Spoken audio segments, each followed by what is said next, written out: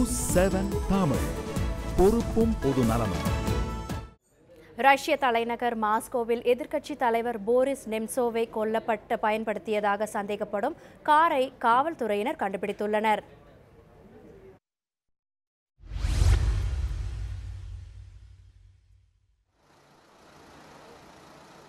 ரஷ்யாவில் முக்கிய எதிர்க்கட்சி தலைவராக இருந்தவர் போரிஸ் நெம்சோவ். இவர் நேற்று இரவு மாஸ்கோ நகரின் கிரெம்ளின் மாளிகை அருகே உள்ள ஃபோல்ஷோவ் பாலத்தில் சென்று கொண்டிருந்தார். அப்போது காரில் வந்த மர்ம நபரால் நெம்சோவ் சுடப்பட்டார். இந்த தகவலை ரஷ்ய உள்துறை அமைச்சகம் உறுதி செய்தது. இதையடுத்து நெம்சோவை கொலை செய்ய பயன்படுத்தியதாக கூறப்படும் கார் ஒன்றை காவல்துறையினர் கண்டுபிடித்துள்ளனர்.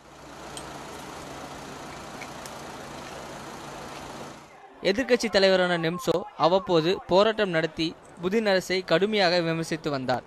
வரும் ஞாயிறன்று புதின் அரசுக்கு எதிராக மாபெரும் போராட்டம் நடத்த முடிவு செய்திருந்த நிலையில் அவர் கொல்லப்பட்டது பல்வேறு தரப்பினரையும் கடும் அதிர்ச்சிக்குள்ளாக்கியுள்ளது. நெம்சோவ் உயிரிழந்த இடத்தில் அவரது ஆதரவாளர்கள் மலர் கொத்துக்களை வைத்து அஞ்சலி செலுத்தி வருகின்றனர். ரஷ்ய எதிர்க்கட்சி தலைவர் சுட்டுக் கொல்லப்பட்டதற்கு அதிபர் விளாடிமிர் புதின் மற்றும் அமெரிக்க அதிபர் ஒபாமா ஆகியோர் கடும் கண்டனம் தெரிவித்துள்ளனர். உலக செய்தி பிரிவு நியூஸ் 7 தமிழ்.